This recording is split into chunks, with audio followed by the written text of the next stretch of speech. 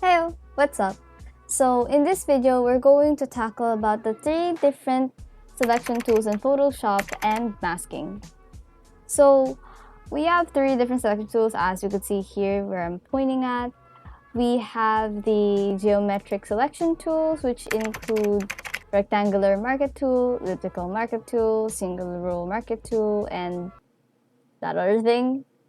And then we have the freehand selection tools, which includes lasso tool, polygonal lasso tool, magnetic tool, and then we have the edge-based selection tool, which are quick selection tool, and magic wand tool. So let's get into the nitty-gritty.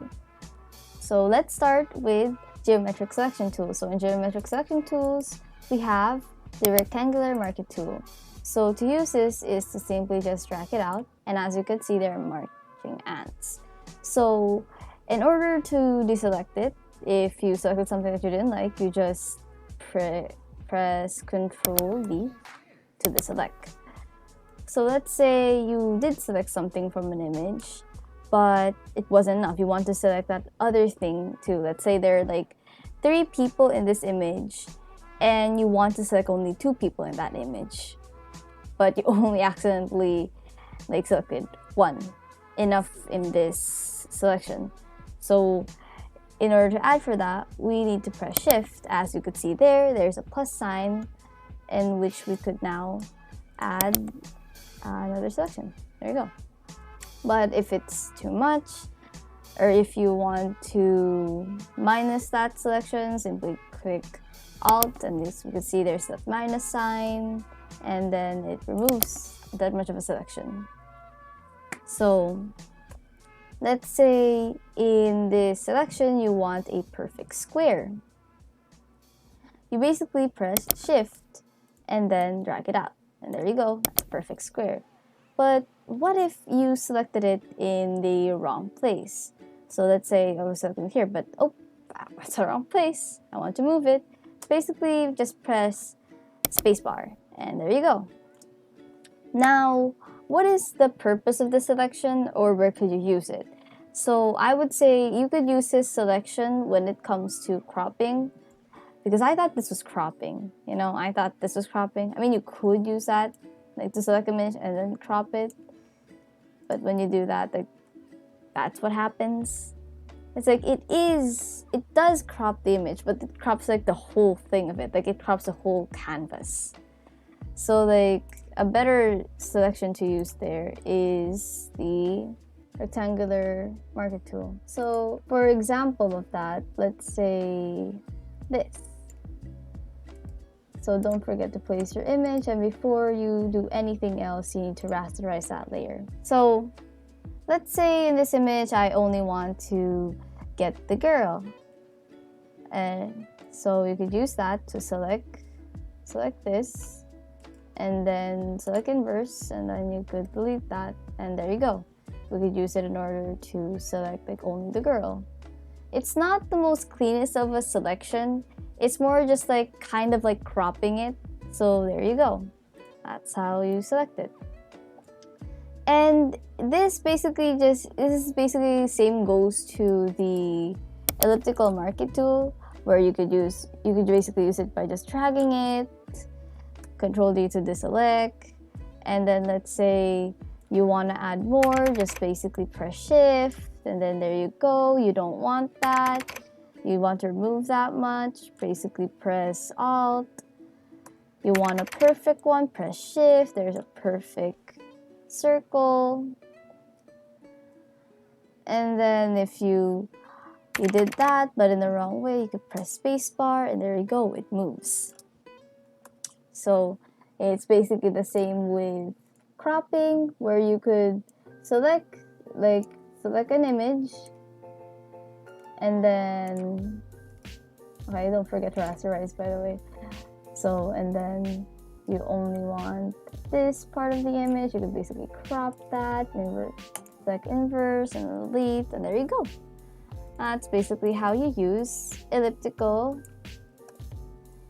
elliptical mark tool and rectangular mark tool. How you use single row mark tool is basically you drag it out, like there you go, it creates a row, and basically that's what it selects. So now let's move on to freehand selection tools. So in freehand selection tools, we have lasso tool, polygonal lasso tool, and melodic lasso tool.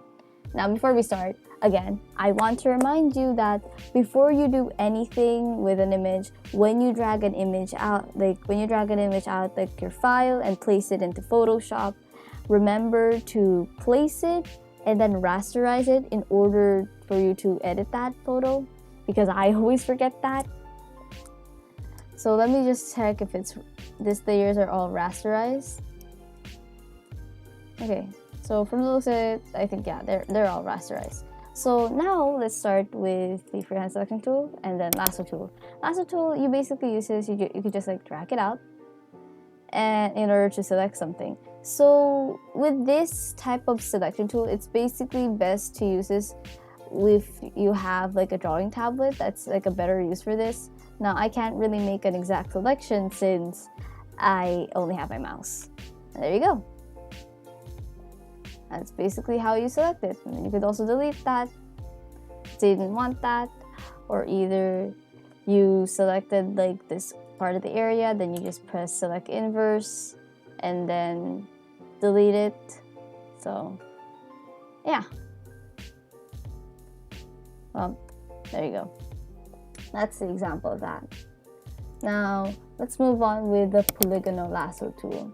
So with a polygonal lasso tool, it's basically the same thing as a lasso tool, but it's like, it's more straight when it selects something. It's like a straight segments. Now you could basically use this as a style if you're like creative enough and you want something like your image looks like it got cut out of like a paper or something. I don't know. But I just think that I could think that this could be like also used as a design, like with like a messy selection. But anyways, yeah, this is how you basically use a polygonal lasso tool. You just point and click it. And then there you go. You could either delete that, or either inverse it, and then delete that, or not. And there you go. Now, if you want to select an image, by the way, I want to teach you this. In order like to select an image, if you like want to move it, you could also just press Ctrl T, and then you could like move it around. Ta-da! But yeah, I just wanted to tell you that. So now on to using the magnet lasso tool. So in the magnet lasso tool, it basically detects the edges in order to select an area. So in this, I feel like in this type of selection, you could pretty much use this with like images that has like a lot of objects or people in it, and you want to get that one specific object in that image or a person. This is probably the best thing to use for that. So with this type of selection, by the way, you don't need to click anything, you just need to drag and guide it to make sure that you don't get like the wrong selection. Like there you go. That's how you use it. Then if you want if you want the girl and not want the background, you could select inverse and then you could delete the background, or either you can delete the girl in the background, like to delete that. There you go. By the way, remember to like always guide when you're using a magnetic lasso tool, remember to guide it, because if you don't, this is what happens. It goes wonky. Okay, I don't know where the end of this is. Anyways, how do we...